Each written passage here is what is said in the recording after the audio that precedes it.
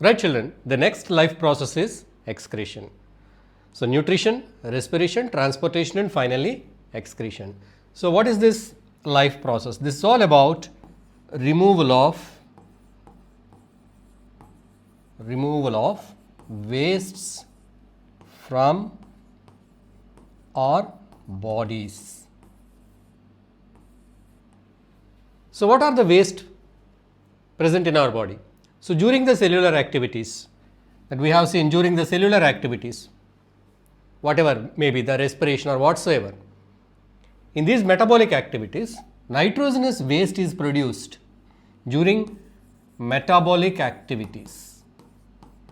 Metabolic activities. In our cells, different activities takes place, children. Anabolic activities, catabolic activities. Anabolic means making some new compounds. Catabolic means breaking down of complex compounds. So, that kind of activities goes on inside the cell. Even respiration, cellular respiration goes on inside the cell. So, in all these activities, nitrogenous wastes are produced. If you take human body, in human cells, what kind of waste is produced? Urea and ammonia, uric acid.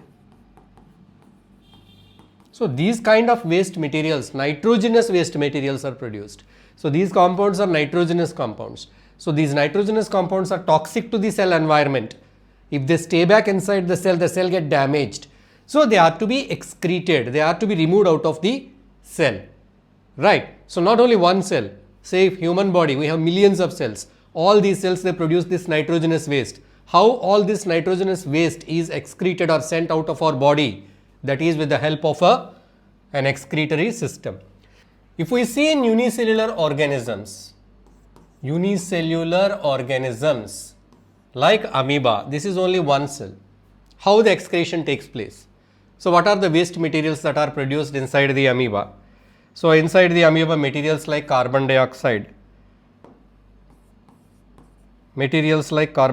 is produced and ammonia is produced, ammonia NH3.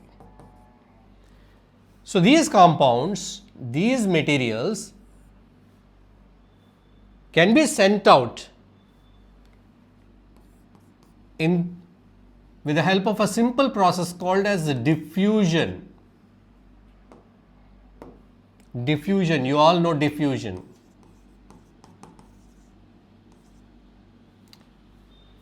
So, here the concentration of these substances is more inside the cell, inside the amoeba.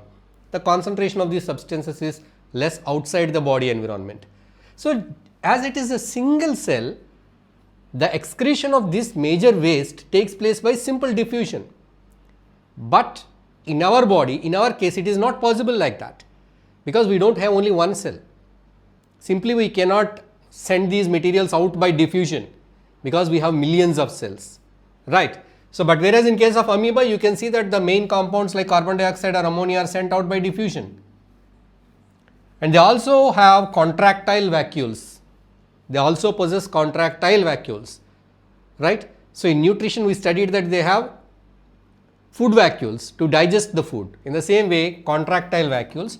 So, mostly in the contractile vacuoles they collect waste water, excess water, and this water they bring out here at the end of this membrane and they release out the excess water.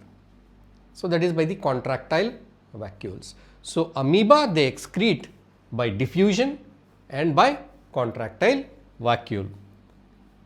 So, now let us look at the human excretory system, excretion in human beings. We have a pair of kidneys and a pair of ureters, that are the tubes that are connecting the kidney to urinary bladder. Kidneys are connected to blood vessels, we can see that here. That means the blood enters the kidneys. So, when the blood enters the kidneys, inside the kidney, if you see the inner part of the kidney, there are so many filters present inside the kidney. There are so many filters. So, fine thread-like structures, numerous thread-like structures are present inside the kidney. These fine thread-like structures, they filter the blood. What do they remove from the blood? They remove the nitrogenous waste from the blood. What are these filters called as? Nephrons. These are called as nephrons. Nephrons are the structural and functional units of kidneys. That means they do the filtration job. So both the kidneys, they are full of nephrons. So to understand how the excretion, how the filtration of blood takes place in the kidneys, we need to look at the structure and functioning of nephrons. So this is very important in this life process chapter. You need to practice the diagram of nephron, label the parts of the nephron, and what are the functions of each part, that you should learn. So let us look at. So this is the picture of a nephron. So the nephron, it has got blood supply here. A blood capillary is entering into this particular part, and this part is looking like a cup. This is looking like a cup. So this cup like part is called as Bowman's capsule.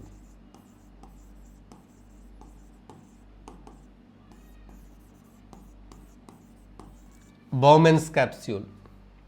And here the blood vessel, whatever the blood vessel that is entering into the cup. So the blood vessel has got a tuft. It is becoming thin and more branched. So this is called as glomerulus. This is called as glomerulus.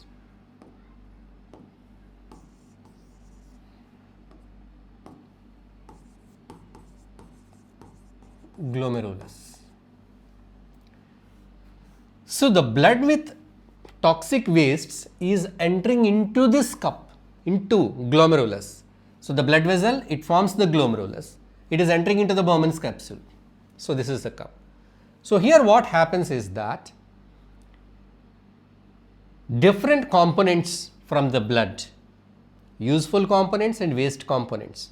Useful components like amino acids, glucose and vitamins, minerals, and waste materials like urea, uric acid, everything are filtered into this at the point of glomerulus.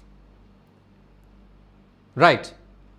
So whatever the filtrate collected from the blood, it enters into this Bowman's capsule, into this cup-like structure. So from this cup-like structure, so these materials, they travel down into this tubule. So this is the tubules. Here is the tubule, the other part of the nephron. Right. So along with water, salts, glucose, amino acids, and waste like urea, uric acid, ammonia, everything. But you may get a doubt, if along with the waste materials, if the useful materials like amino acids and glucose, if everything is filtered from the blood by the nephron, don't we lose them from our body? Is it not a loss for our body? That they are very important for our survival, amino acids, glucose and other things, vitamins and minerals.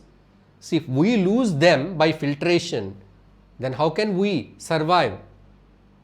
So for that reason, here the nephron has got another mechanism called as reabsorption. What is that called as? Reabsorption. So actually in nephron, the filtration occurs at glomerulus. Filtration takes place here.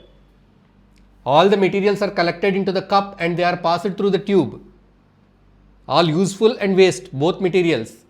But here reabsorption takes place where useful substances like glucose, amino acids and water are reabsorbed. At different points they are reabsorbed into the blood. You can see the blood vessels, okay, so are interlooped with this nephron. You can see that they are entangled.